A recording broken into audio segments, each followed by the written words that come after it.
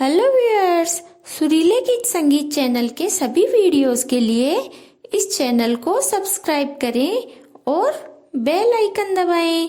Thank you. स्वागत है आपका आपके अपने चैनल सुरीले गीत संगीत में।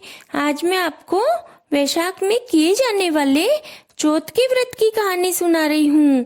यदि आप वैशाख चौथ का उज्जमन भी कर रहे हैं तो मैंने चौथ के व्रत की पूजन विधि व उज्जमन विधि इसी चैनल पर पहले बता दी। आज मैं आपको संक्षेप में पूजन विधि व वैशाख में सुनी जाने वाली चौथ की कहानी सुना रही हूँ।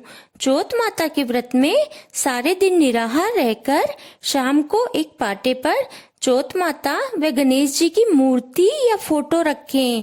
वहीं नीचे गेहूं की ढेरी पर एक दिए में जोत लें।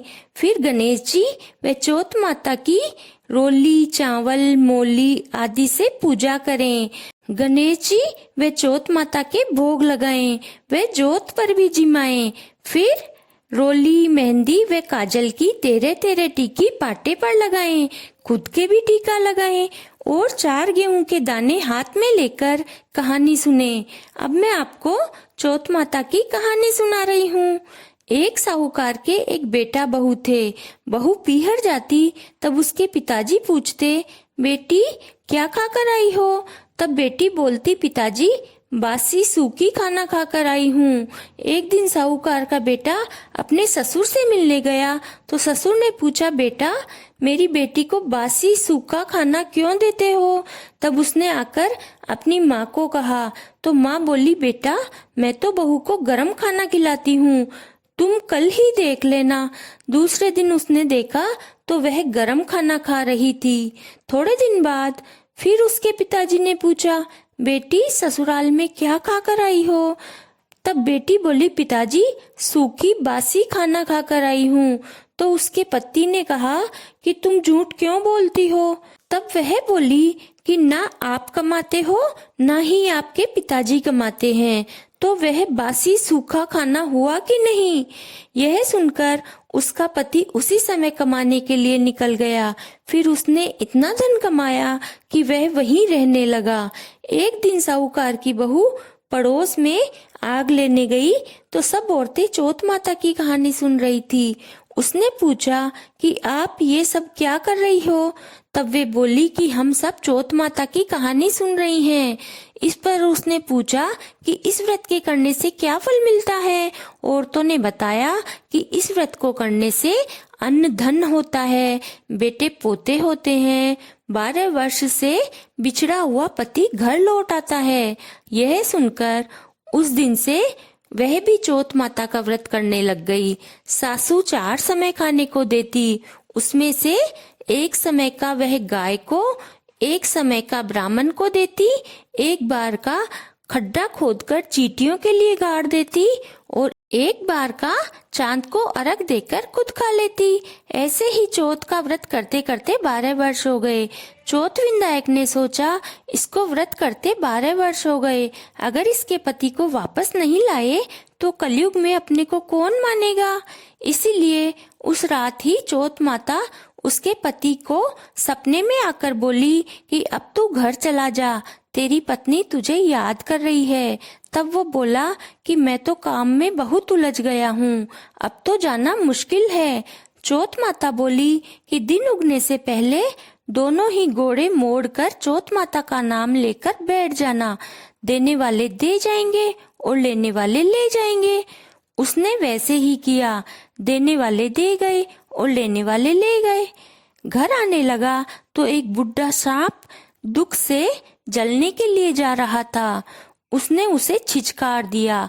सांप बोला, तूने मुझे क्यों छिचकारा? अब मैं तुझे खाऊंगा। वो बोला, खा लेना, तू मुझे मेरी माँ से और पत्नी से मिल लेने दे, फिर खा लेना। सांप बोला कि मैं कैसे विश्वास करूं, तू तो छत पर जाकर सो जाएगा। वो बोला, सीढ़ियां चढ़कर आ जाना। इतना कहकर उदास होकर घर आया और किसी से भी कुछ नहीं बोला और छत पर सो गया।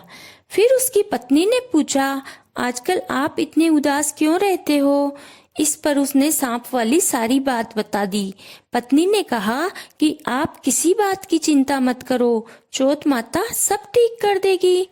उसी रात उसकी पत्नी ने एक सिड्डी पर बालू, दूसरी पर दूध का प्याला, तीसरी पर फूल व चौथी पर चौथ माता के आंखें यानी गेहूं रख दिए। रात में सांप आया। पहले तो बालू में खूब लोट पलोट खाया, फिर दूध पिया, फिर फूलों की खुशबू ले ली। चौथ माता सोची कि मैं इसका संकट नहीं टालूंगी तो अपने को कौन मानेगा। सो आंखों के झट से ढाल तलवार बन गए।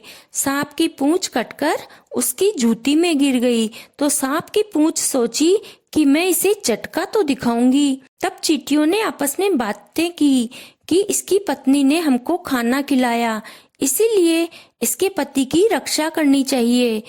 इसीलिए सारी चींटियों ने पूंछ को थोती कर दी और संकट टल गया।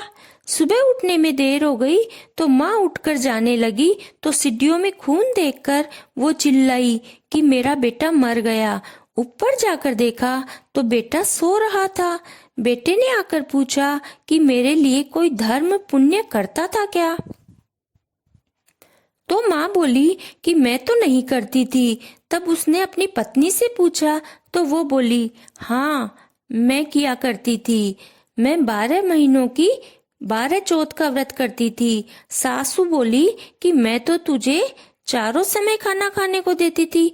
बहू बोली कि मैं एक समय का ब्राह्मण को देती थी, उसने हाँ कर दी। एक समय का गाय को देती थी, उसने भी हुंकारा भर दिया। एक समय का खड्डे में गाड़ देती थी। खोद कर देखा तो वहां सोने की रोटियों का ढेर लग रहा था।